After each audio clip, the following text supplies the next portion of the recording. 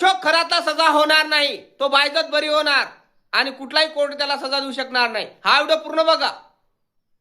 जितेंद्र शेळके याचा केला घात. एका महामार्गावर जितेंद्र शेळकेचा ट्रकने चेंदून घात केला आणि त्याच्यामध्ये त्याची बायको आणि तो मरण पावला. आणि हा घात करणारा कोण आणि जितेंद्र शेळके कोण, हा व्हिडिओ स्किप न करता पूर्ण बघा.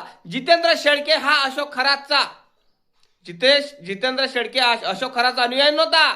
अशोक खराच्या विरोधात तो पुरावा देत होता, साक्षीदार होता आणि ठोक सबूत होतं त्याच्यापाशी, सगळ्या गोष्टीचं सबूत होतं. आणि हाच राहिला नाही तो जेलातून वापस येणारच आहे ना. आणि कितीही साक्षीदार उभे झाले त्याच्या विरोधात पक्ष देण्यासाठी, त्याच्या विरोधात गवाही देण्यासाठी अशोक खराच्या, तर सगळ्यांनाही जितेंद्र शेळके सारखाच चेंदा लागन आणि गाडीनं खतम व्हावं लागन.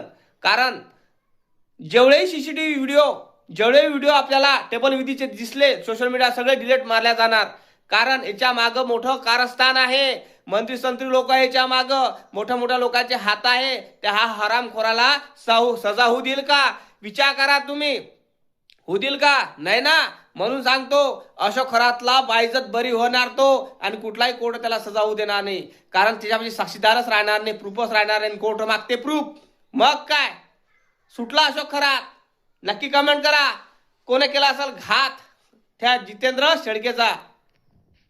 फॉलो करा, शेअर करा व्हिडिओ.